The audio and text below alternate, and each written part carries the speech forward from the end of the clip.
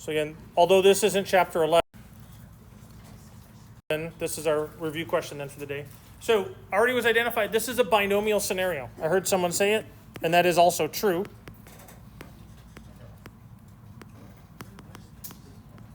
Binomial.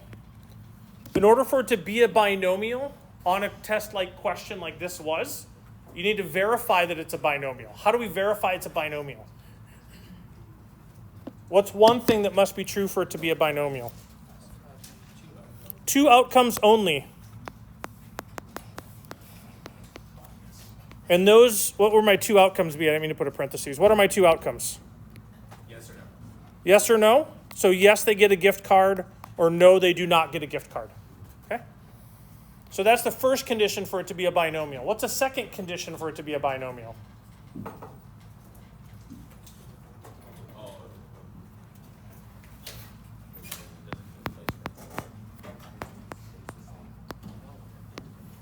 Independence. Selecting one individual out of the group has no influence on selecting a different individual out of the group.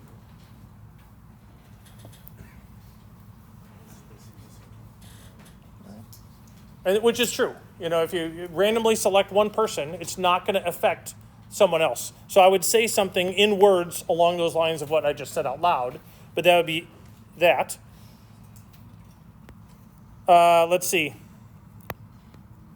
P, which is the probability of success.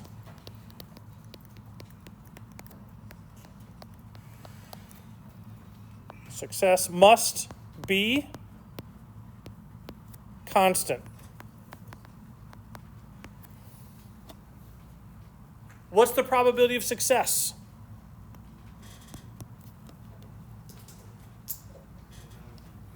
One out of what?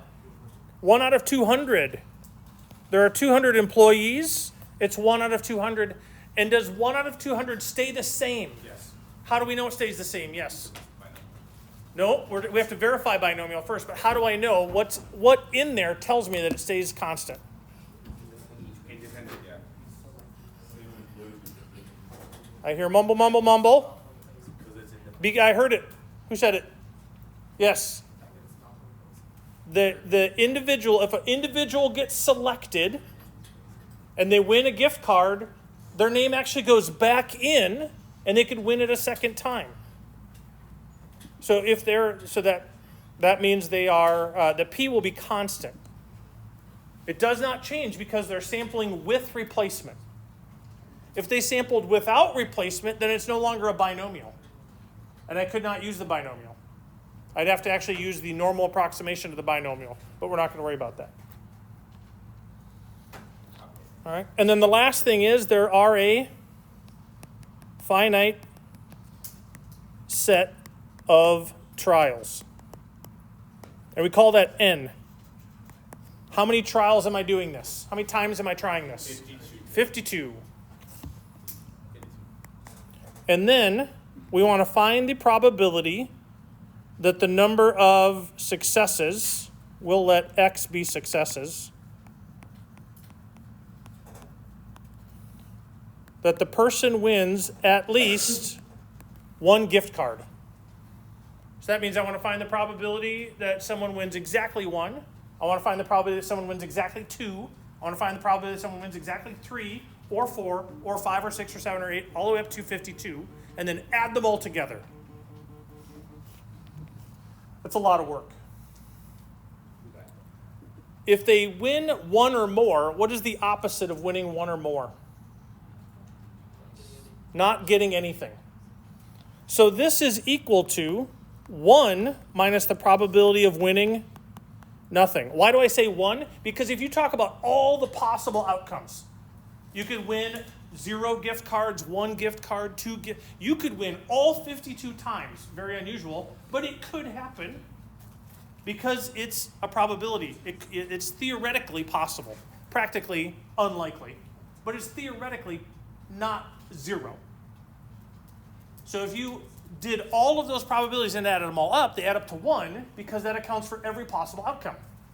In this case, I want 1 and up, which means I want everything except 0. So you could do it this way, but you'd be calculating 51 things, actually 52 things, and adding them all up, because you do 1 through 52. In this case, we're just going to find this one probability. After we find it, we'll subtract it from 1. So that means I need to find the probability in a binomial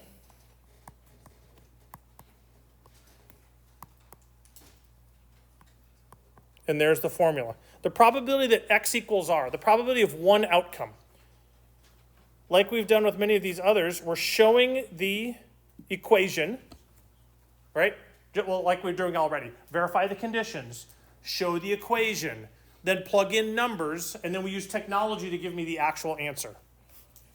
So I want to find the probability that there are 0 successes.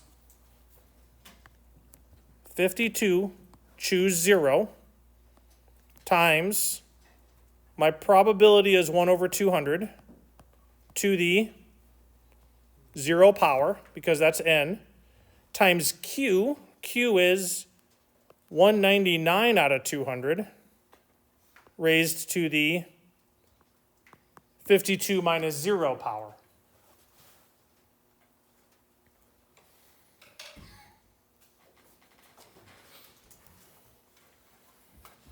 And then, I believe, on our applets page, we have a binomial. bin.html. So on the applets page, there's one called bin.html. It asks for n, which we have as 52. It asks for p, which we have as, and I'll type in 1 divided by 200. In the right cell. 1 divided by 200. X is the number of successes I want, which is 0. And I want to know the probability that it equals that. And it gives me an answer of 0.77055. So there is a 77% chance that a person will win nothing all year long.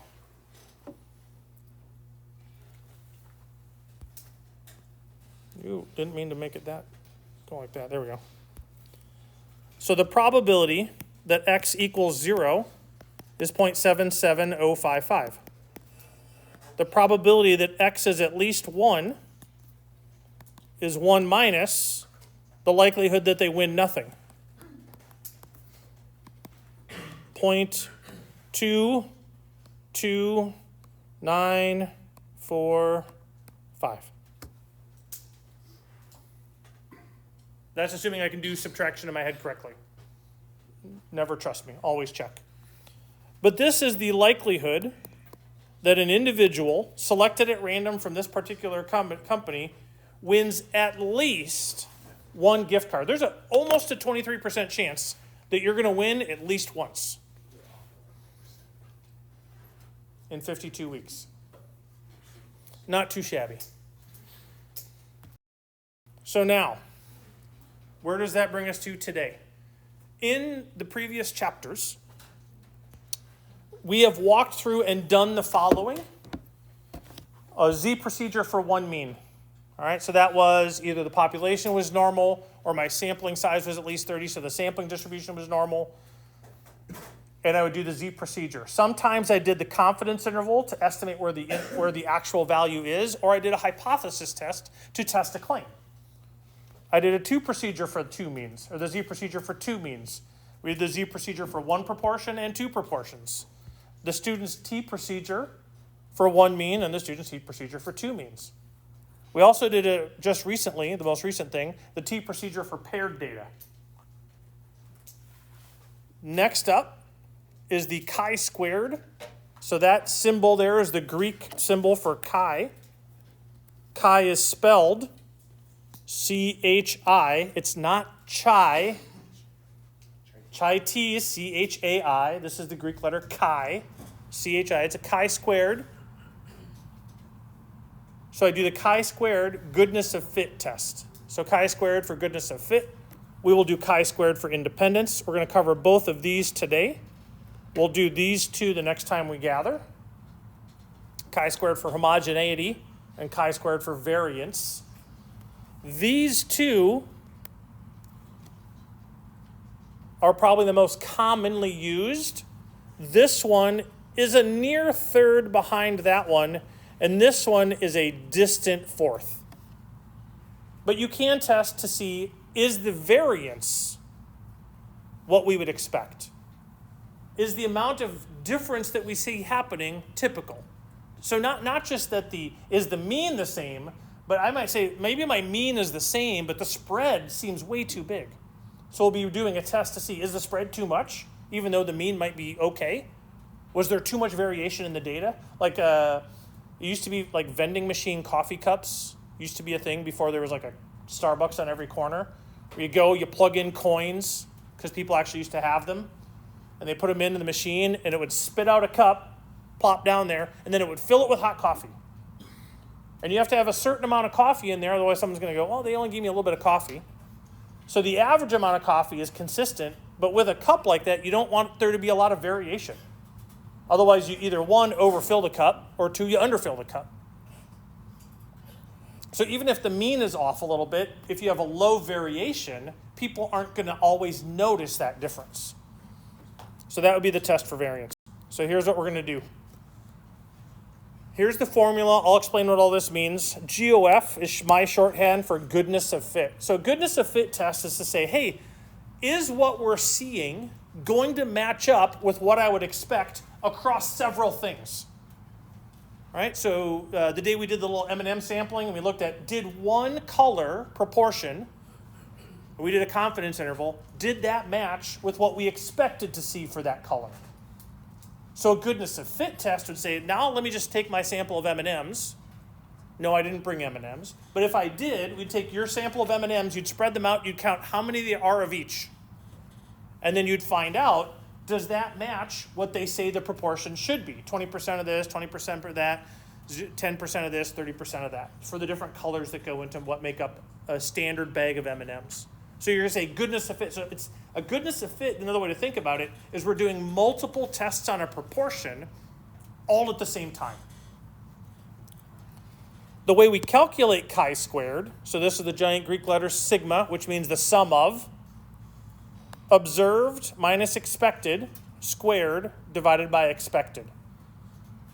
If you've taken chemistry and you've received results and you want to find how far off you were, right, your error in your measurements, your percent error, this is how you would do it. Well, I observed, I ended up with this much chemical remaining reactant, and I was expecting to see this much based on how many moles I started with. Take that number and square it and divide by what I expected, and that would give you a percent variation. Chi-squared is the sum of all those percent variations. Degrees of freedom in this case will be n minus 1, so however many categories I have. So if it's like the M&M package, how many colors are in M&Ms? Like 5 or 6? So let's say there are 6 colors that come in a standard M&M bag. You go 6 minus 1, that'd be 5. A chi-squared distribution looks like this. So it's a right-tailed or right-skewed distribution, but it depends on the number of degrees of freedom. The fewer degrees of freedom, the more skewed it is. The more degrees of freedom, it starts to look less skewed. And if I get lots and lots and lots of degrees of freedom, like 1,000, it looks like a normal curve. So it's a relative of the normal curve, kind of like your crazy uncle. It's fairly skewed until you get like lots of them. Well, once there's a lot of them, then the crazy skewed uncle is actually pretty normal. Here's how it works in practice. Employers want to know which day of the week employees are absent in a 5-day work week. Most employers would like to believe, just like your professors, that the employee is absent equally during the week. All right? I would also like to believe that the time of day has no indication on attendance. My 8 a.m. class would probably prove that wrong. where of the 27, I'm typically getting like 6. I can't believe that people are only sick at 8 a.m. on Tuesdays and Thursdays. Unlikely. When I see them in the coffee shop an hour and a half later. But that's not your class, so don't worry. I'm not judging you right now. I do that later. Suppose a random sample of 60 managers were asked on which day of the week they had the highest number of employee absences. So 15 of those indicated that Monday was their highest day. 12 said Tuesday, 9 said Wednesday, 9 said Thursday, 15 said Friday. So this was the employers indicating this was our highest day absentee rate. This isn't how many people were absent. This is what the managers noticed on a given week. Oh, we had the most number of people absent on a Thursday or a Tuesday or a Friday. That's what those numbers mean. So the conditions. Conditions are all of my observed values need to be at least 5, which they are, so I can continue. Like that's the short one. The other condition is I am testing to see if these all follow a pattern that that's known to be true. So we're expecting them to be all the same. If I'm expecting them to all be the same, let's see, out of 60, what's 60 divided by 5? 12? Yep. So I would expect 12 for each of them. All right. So the other condition is there is a set distribution that I'm testing. And I'm checking to see does it match or not. Because of all those things, therefore, I'm doing a chi-squared goodness of fit test. My hypotheses are no longer, typically no longer variables, but we're going to use words. So the question was, where did the 12 come? So the 12 came from, so if there are 60 managers, right, and I expect there to be didn't they say that? They hope. Most employers would like to believe that employees are absent equally during the week. All right, equally during the week means I'm just going to split it up. All 60 of these, divide by 5. There. Or I could say 20% because 20% is the same thing as 1/5, right? So that's where that number comes from. If it were some other proportion, we would actually have to take the proportion that we believe each thing is, multiply it by 60 to get all those different expected outcomes. In this case, we just said equally likely, they're all going to be 12. My null hypothesis is absences will be equally distributed.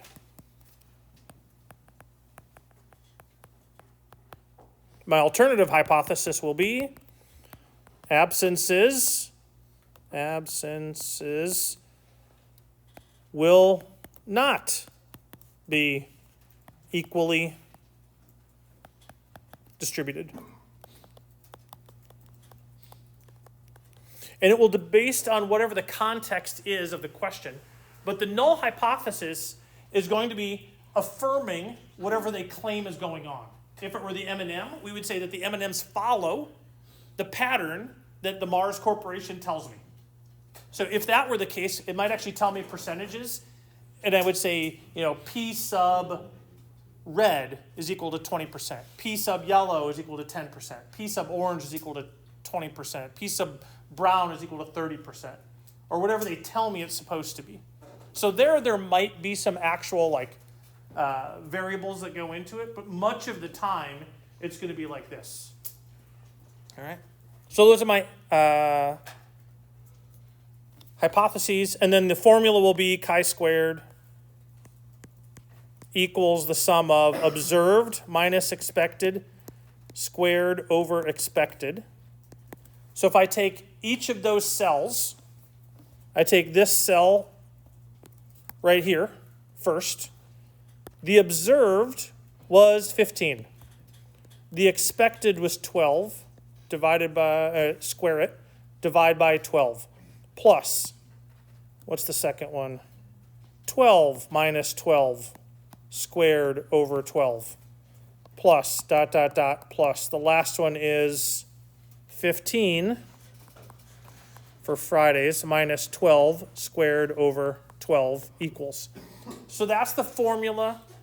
That would be showing the formula. That would be plugging numbers into the formula. Don't do those calculations by hand. So if you got your calculator, sorry, you got your device, your tablet, your computer up in front of you, slide, we can go to the applets page. And in the applets page, there's one called CHISQ, chi-squared.html. So if you're not there, go there now. So selecting that one, the chi-squared, CHISQ.html, it gives me this.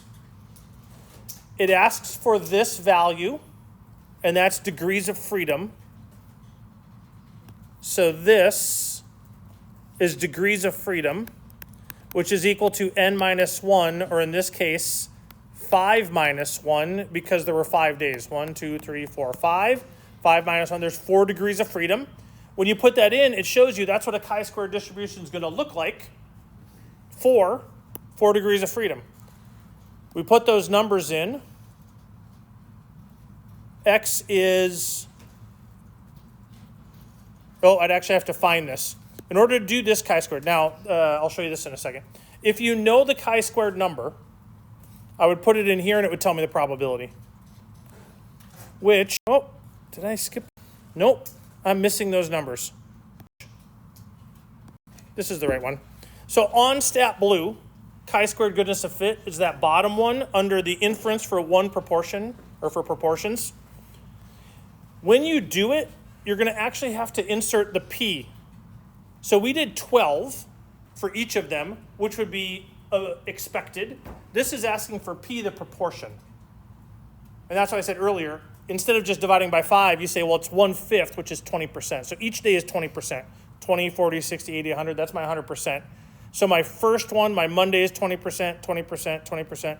So from that, it will know what the expected values are after you type in all the observed counts. So if I type in the observed counts of 15, 12, 9, 9, and 15, it gives me a chi-squared of that. So if I redraw that picture,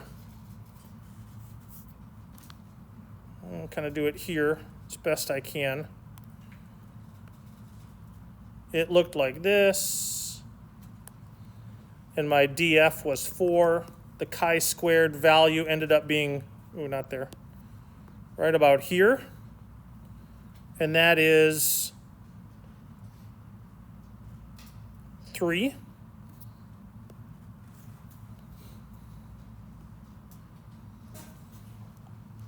And that p-value, that area here, is 0.5578.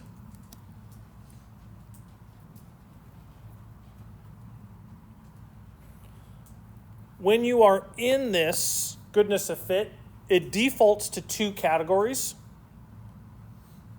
So in order to get what I had to do, I had to add a category, then it gave me P3, and then add a category, it gave me P4, and then P5.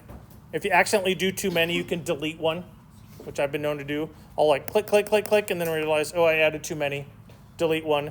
Put in the probabilities of what we expect, put in the observed, and it runs the test. It was exactly 3.0.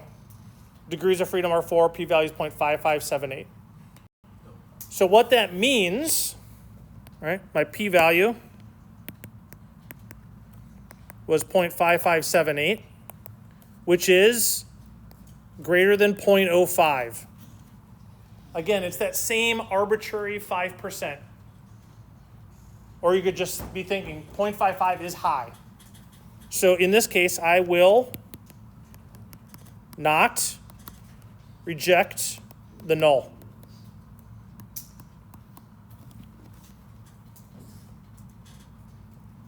And my interpretation is if the days of the week would all have the same number of highest absentee rates, I'm trying to find a way to say that, not the most absences, but what the managers observed. So if we assume that the managers have the same absentee rate as their highest day of the week on any given day of the week, what we saw happen will happen 55% of the time, which is not inconsistent with that fact. So I do not have sufficient evidence to reject the null, which we set up there. What that means is I cannot prove that any one given day of the week has a higher absentee rate than any other given day of the week. Now I cannot say, right? I cannot say they're going to be the same. I can't prove equal. I can't say they're the same. All I'm saying is there's not enough evidence to say they're different.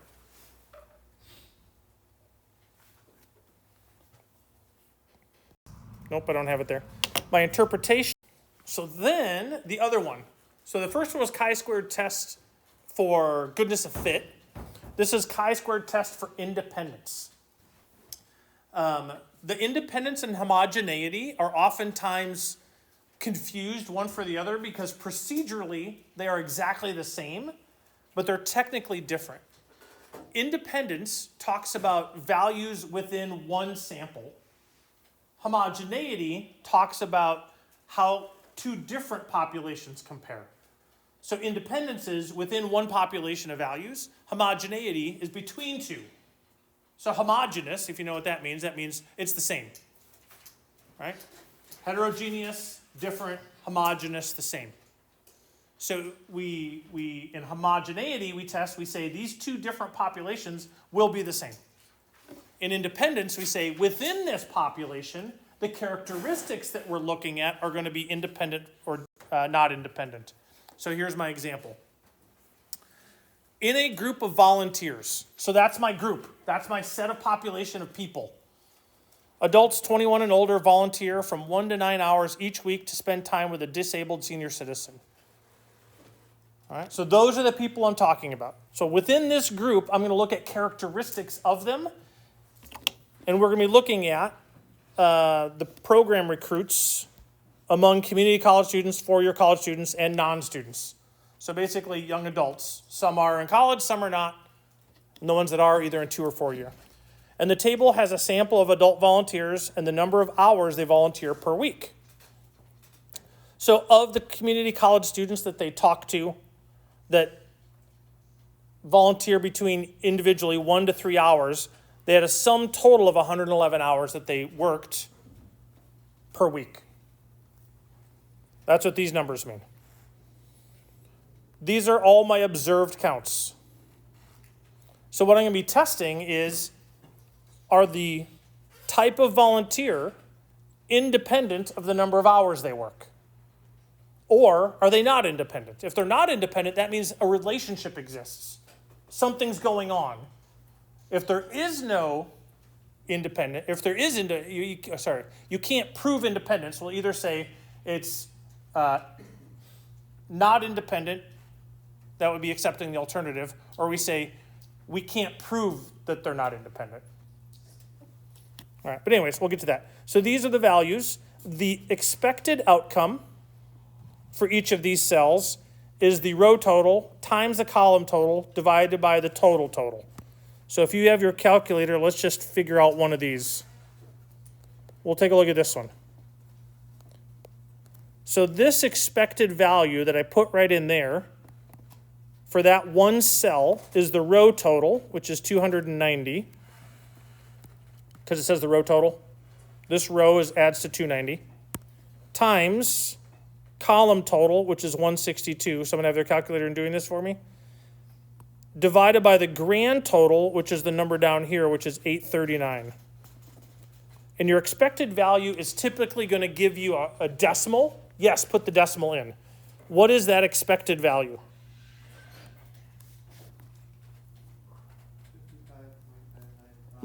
255?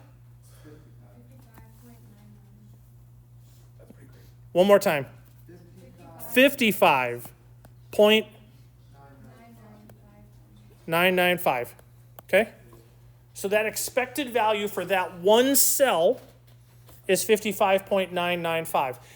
Then, once all of that gets done and you find all of these expected values, which, by the way, we're going to use technology to find them, all right, you'll need to show how to do it once, which is why I showed it to you once. The formula for the chi-squared is the same, the sum of observed minus expected squared over expected, which will be, in this one example, my observed was 61, my expected was 55.995. Square that, divide it by 55.995, and then I'm adding all of the others. 1, 2, 3, 4, 5, 6, 7, 8. There are going to be 9 different numbers I need to calculate out if I were doing this by hand, which I'm not going to do. But then I would go here. Go to Stat Blue. Here's my table of values. Down here, it defaults with just 2 rows and 2 columns. So these are columns, these are rows. So what I would have to do when I first get here is I'd have to add 1 row and add 1 column. It asked me to put some titles in there. So this was my 1 to 3. This is my 4 to 6. Last one, that one's my 7 to 9. You don't have to put in the totals because the calculator on the computer will do it for you, because it'll go, oh, this plus this will give you the 255. So it does all that internally. You're only entering the observed values. And then here I have community college, so CC, 4-year, and then non. And then plugging in the numbers that correspond to the numbers in the table. And what we are doing is this, the chi-squared test for a 2-way table. The reason why Stat Blue has it like that is because, as I said a little bit ago, procedurally, test for independence, test for homogeneity, identical procedurally. But my conclusions are going to be different because one of them, this one, independence, is out of just one group of people, one population. Homogeneity, I'm testing between 2 different populations. So in this case, test for independence, but it's just a chi-squared 2-way test. Or they call it 2-way tables. All right? So enter this information in, and it gives me this giant output. I'm going to zoom in and show specifics. Here, chi-squared. Degrees of freedom 4. We already did a degree of freedom 4. It looked like this. Degrees of freedom is equal to row total minus 1, or not row total, number of rows minus 1, number of columns minus 1. There were 3 rows, so 3 minus 1 is 2. There were 3 columns, 3 minus 1 is 2. That's how I got 4. My value of 12.999 is right there, or 12.9909, and my area is 0.0113, which is low, 1%. But let's look at some of these other things. Within, we did the 61, right? It gives me this information, which told me that this was my observed, this is what my expected was, and when I use the chi-squared formula, that's the value. That's O minus E squared over E. Observed minus expected squared. So it tells me all the values. And here's a reason why it does that. We see in ours, it's a 1%, so I'm eventually going to reject the null. I can look into my chart and look to see which of those, here, let me circle them. This one, this one, this one. So they're all circled. The chi-squared contribution. What was the biggest contributing factor to my chi-squared overall number? This one. It's 4.6. This one's 3.1, but then all of these others are actually much lower. I mean, you can also see there's not a lot of people volunteering 7 to 9 hours. But my community college volunteers were, in this case, much more than what we expected, and in this case, much less than we expected. But those two things, that's 7 of the 12. That's a very large contribution for one of those subgroups of my population, which could make me want to dig into some future analysis of why is this true. All right, so a chi-squared test like this, you can look at all sorts of information that you already have. So we're not running a designed experiment where we're randomly selecting people, but we're looking at some data that a corporation might have, like this one who's a volunteer group. They've got all this data. We can pull all their data and look at and analyze it and say, is there a difference? And the answer is yes, there is. And then we go back and say, well, what's making the difference? This is making the difference. So now maybe I want to dig into this and maybe interview some of those college or community college students that are volunteering only between 1 and 3 hours and see why is there just so many hours going on there? And then how can I use that information to tap into the local four-year college to get more volunteers? It becomes a marketing technique. Right? So in terms of what this data tells us, so a chi-squared is taking, in this case, stuff that's already happened. We're going to analyze that data, and then from that say, wow, look, I mean, something's going on here. Don't know what it is, but this is where I want to go spend some time digging in to find out why that's so much more, and then conversely, why is that one so much less? All right, we got a great step here, but why doesn't it bridge over to 4 to 6 hours? What's going on that's prohibiting that from happening?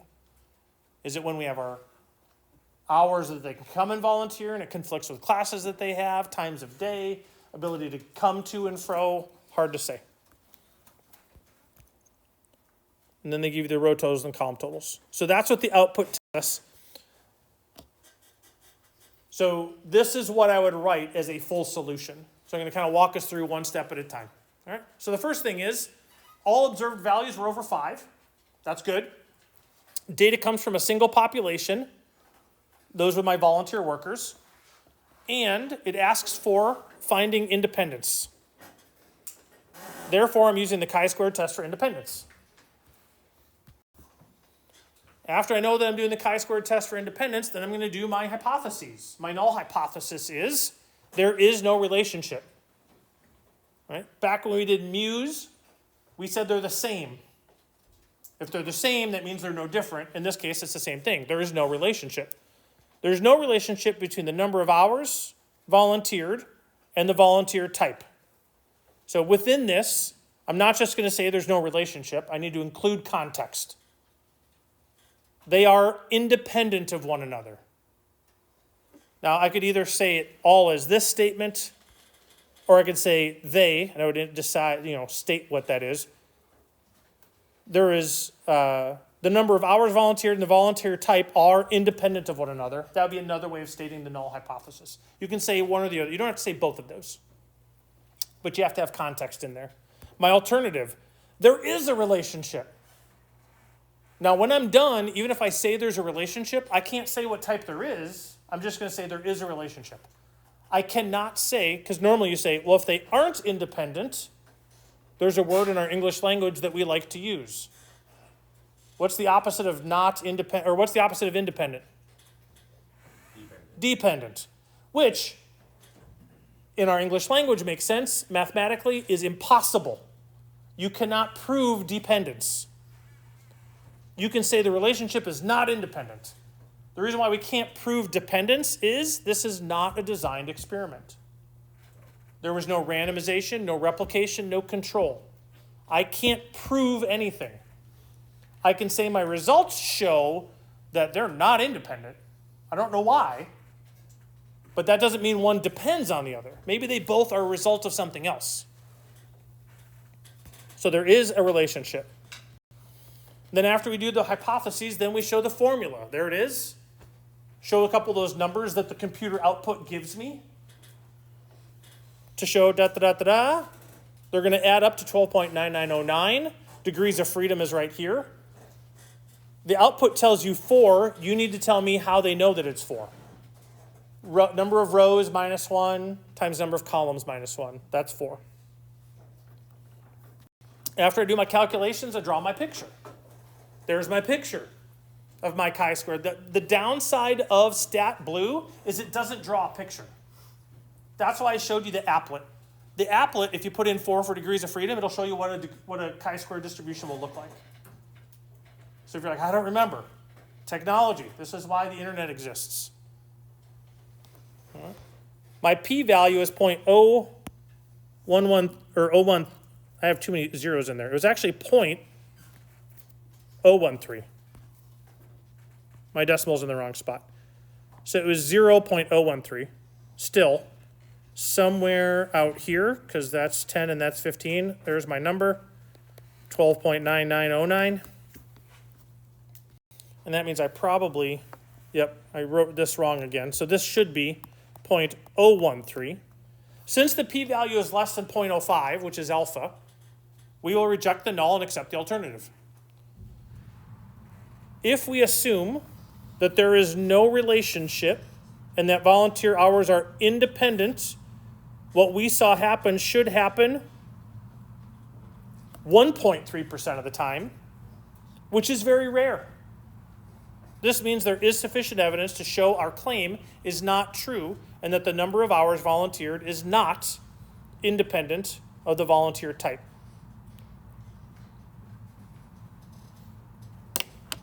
Showing all the steps. And I don't do this because I just like to talk. I do this because this is what I would expect to see for a full solution.